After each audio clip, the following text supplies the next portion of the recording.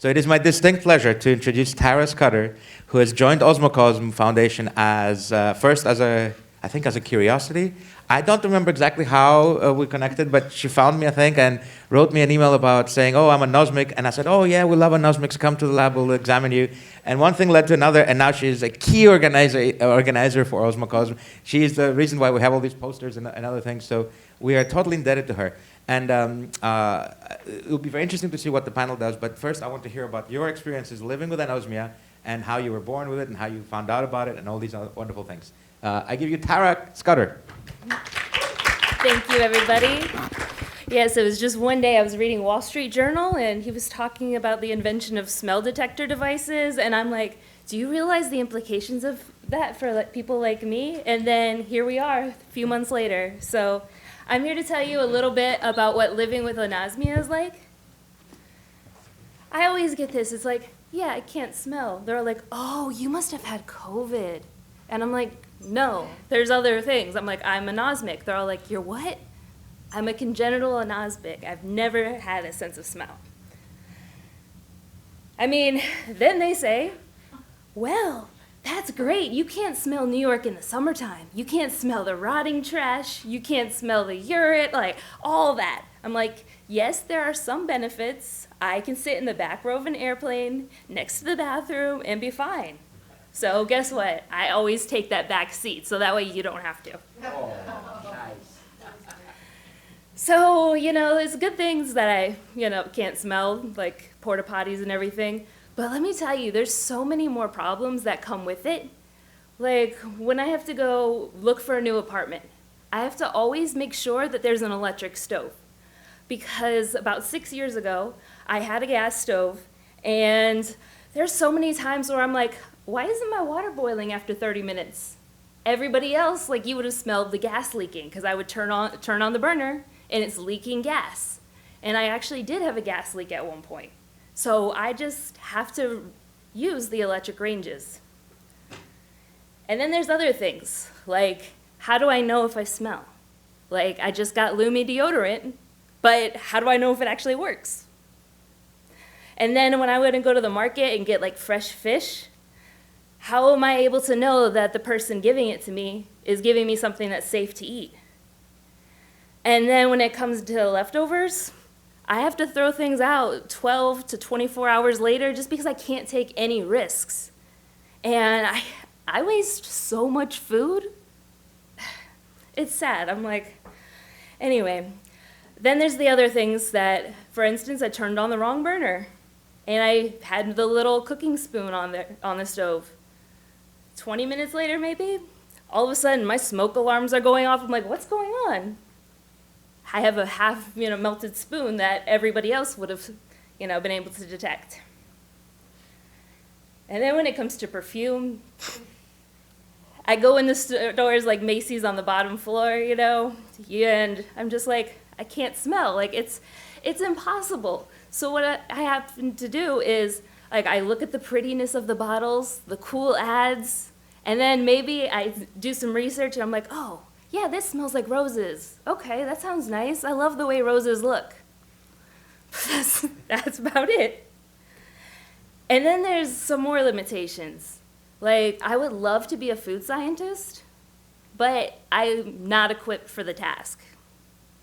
And then I worked in the wine business for a little bit, and I realized I was just an actress. I was like, yes, notes, and then just try and pick up, like, I had to fake my way through the wine tasting situations.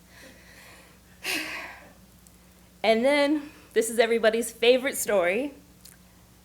I did not know what the term silent but deadly was. It wasn't until I was like 16 years old, and I let one go, as they say. And I was like, oh, if it's quiet, that means it barely came out and nobody can smell it or whatever. It wasn't until I was 16, guys, that I knew, like, they're like, oh yeah, she's the smelly one. Oh. I'm like, okay, I get it now. And then my first high school boyfriend, he worked at the deli counter. Nobody told me that he stunk like the deli counter until after I ended it with him. And then I also grew up thinking everybody, when they went out to a fancy restaurant, was pretentious as all get out, because they would order a chicken breast, and it would be crusted in herbs. But to me, I tasted it, and I'm like, this tastes like eraser meat with confetti on it. And I was like, oh yeah, I'm supposed to say this is good because everybody else is. Nastiest thing ever. And that leads me to the other question people have. They're like, oh wait, sense of smell and taste are related. And I'm like, so they're like, can you smell? Can you taste? So what I've learned is that if we go to Starbucks, you get vanilla or caramel coffee, I taste sweet hot liquid that's a little creamy. That's how I can discern it. I still like it because it's sweet and creamy, right? And so I pick up on those things like acidity, bitterness, sweetness, sour, and texture is a big one. Like durian, it's a fruit, right? That's one of my favorite foods because it tastes like frozen custard to me, but it's like, nutritionally better for me, so yeah. And so I'm here today to just tell you, I would love to have a device that solves any one of those issues that I named here. I would love to be able to point something at my food and know if it was safe to eat or not. And then it would be great, like one day, we're in the metaverse or something, and everybody gets to experience all 5 senses. I would love to be included in that. Or maybe, we're walking around and there's like smell narration, because that's what I have my friends do. They're like, oh, it smells bad out here. And I'm like, do you mind telling me about this, during our whole day that we spent together? Can you just narrate smells for me? So that's what I'm here for, and I hope that one day you guys can use your intelligence to help change the world for anosmics like me. Thank you.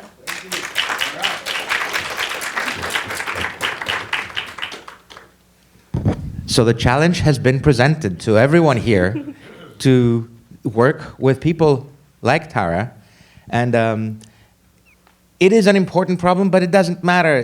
We're not ranking these things about, who has cancer and who has anosmia. It is an interesting problem, and like all of these things that are mysteries, in solving it, in helping Tara, we will uncover millions of things that we don't even know that are happening right now. This is how all these things work. So I think that we'll take some questions from the audience directly to Tara, and then we'll have the last few speakers, the 2 doctors, Tara, myself, and Ilya, sit here and do a panel where I'll moderate some questions. We'll take some more questions from the audience as they come in. So do we have questions for Tara directly from the audience, or should we just get on the panel? Nobody here? Something from the web, perhaps? Is anybody on the web?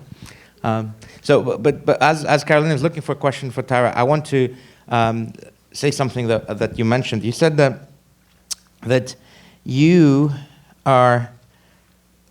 want to be a food scientist, but you can't because you're anosmic.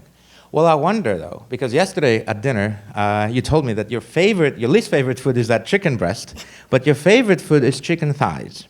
And I wonder if that's because the tongue and the mouth are what are called exploratory organs. The tongue constantly explores your mouth. If you lose a tooth, or if you chip a tooth, or if you have any dental procedure, your tongue constantly goes there, explores there. Your tongue has also mapped your mouth so well that you can speak and chew at the same time and not bite your tongue. That's because the tongue reacts in real time and knows exactly where your teeth are and what they're doing. So it's what the dentists call an exploratory organ. It likes to explore. It's a curious organ. It likes to always go in. And so you having a lack of sensory input, we're presuming that that's where the problem is, into your brain from olfaction, might mean very much that you are using those resources for your gustation, for your taste.